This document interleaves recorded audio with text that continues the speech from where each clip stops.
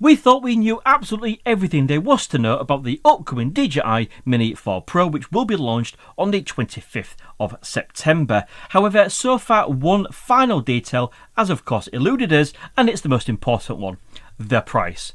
But that's not the case anymore, because in this video I'm going to reveal exactly how much it will cost you for the DJI Mini 4 Pro with the RC2 controller and the Fly More combo. So let's get into it. Yes, sorry, I have posted quite a few videos on the DJI Mini 4 Pro now. However, this will be my final one prior to the launch of the product, basically because we know absolutely everything we need to know. And what I'm going to do on this video is just show you some additional photos that I didn't publish yesterday. But what I want to do also is gauge your opinion as to whether this is actually worth it or not. So right off the bat, I'm just going to reveal a good friend of the channel, David. Please do go check out his channel. It does some pretty cool stuff. Has reached out to me to provide me with this webpage from a huge UK retailer, Laptops or Drones Direct, whichever you want to call it. It's actually the same company, and basically they have got an unpublished webpage that he has found trolling Google, which shows us everything we need to know about the Mini 4 Pro, including that price of £979 for the DJI Mini 4 Pro, the RC2 controller, and the Fly More kit. Now what I will do is I will leave a link in the video description so you can go check out that webpage for all the specifications for yourself. What I want to do is talk a little bit about the specifications, okay, because basically this drone is going to give us 4K 60 frames per second, and it's also going to give us that when it's in vertical mode as well. However, the biggest feature, and I think it's one of the most complained about aspects of the DJI Mini 3 Pro, was the weak signal. And let me tell you, that is pretty much all going to go with the introduction of Ocusync 4. No, I'm not a fanboy telling you it's gonna be great because it's Ocusync 4 and it's DJI and it's bigger and better. I'm not a fanboy. It's quite simple. It's going to be better because Ocusync 4 has that third frequency of 5.2 gigahertz, which in my testing on the DJI Air 3, which also has Ocusync 4.0, primarily every single time I have flown my drone, this has chosen the 5.2 gigahertz frequency. It's not congested, and I've had pretty much a perfect signal absolutely every single time. So I can fully tell you that basically this will be the biggest improvement on this drone. Okay, we're also going to have waypoints, which are a great tool, especially if you want to do any mapping, etc. We obviously are just fly the same route over and over again to gain some consistent footage. Absolutely perfect for that. The big improvement over the DJI Mini 3 Pro is we're now going to have full 360 obstacle avoidance.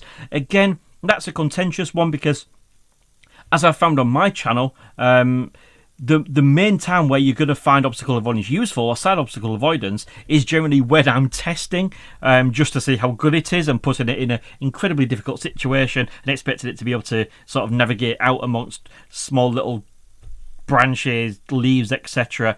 In the real world, most of the time you're going to be flying above any obstacles, so really, yeah, it's obviously useful, especially for beginners, but generally I can't see it going to be hugely useful for absolutely everybody. Of course, we do have 100 frames per second at 4K, which for me, again, you know, I'm not really understanding. If you're going to give us 100 frames per second, please give us 120 frames per second. So whether we're shooting in a timeline of 25 frames per second or 30, we can slow it down 4 times accordingly, and that seems a really odd choice. But of course, we are going to have some other improvements over the Mini 3 Pro. We're going to have HLG, we're going to have this night mode, which should give us much clearer shots at night time, and that's a feature carried over from the Mavic 3 series. Okay, so I am fully expecting this drone to perform better in lower light situations. How much better? Well, we'll find out when I'm testing this drone. Now, it's very rare I stick my neck out and give my opinion on my channel. From my point of view, I always prefer to just stick to the facts and let you decide for yourself. But I do have something to say on this DJI Mini 4 Pro. Quite simply because if you have the original Mavic Mini, the Mini 2, the Mini 2 SE, or even the Mini 3, I can see the DJI Mini 4 Pro as quite a huge upgrade. Obviously, all the reasons we've already mentioned, and given the fact that when you buy the DJI Mini 3 Pro, this is UK prices of course, then you've got to buy the Mini 3 Pro with the screen, then you buy the Fly More kit as a separate entity. Basically, looking at the prices that are being revealed today, the Mini 4 Pro is only £50 more than the DJI Mini 3 Pro. So if you do not have a Mini 3 Pro, would you buy the Mini 4 over the Mini 3? For the sake of £50, absolutely, yes you would.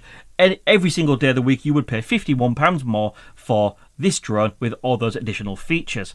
However, if you have the Mini 3 Pro already, from my own personal point of view, I do not see enough with the Mini 4 Pro to warrant selling your drone potentially at a loss and buying this one. Of course, if you have always got to have the latest product, if you've got the money to burn, be my guest, go ahead. And what I will do is I'll leave a link to the Drones Direct website down at the bottom so you can go buy one or check out the DJI site and buy it directly from them. So in summary, yeah, the Mini 4 Pro is going to be quite a good drone. I cannot wait to get my hands on one to test it for you guys. Mini 3 Pro users, I don't see enough to upgrade, and if I wasn't a content creator, I certainly would not buy this drone personally, unless it absolutely blows me away. For me, I always find the signal quite good on the Mini 3 Pro as well. Depends on how you use it, etc. But ultimately, if you do have a slightly older drone, Mini 3, which is lesser spec of course, or the Mini 2, even though those drones are still completely viable, do an absolutely fantastic job. If you was going to upgrade, this certainly is one with all the bells and whistles. So of course, do let me know your thoughts in the comment section below as to what I've just said and whether you're planning to buy it or not. Until next time, thank you very much for watching. Don't forget, hit that thumbs up. It tells the YouTube algorithm more people just like you might want to watch my content. Subscribe if you're awesome. Until next time, see you again soon.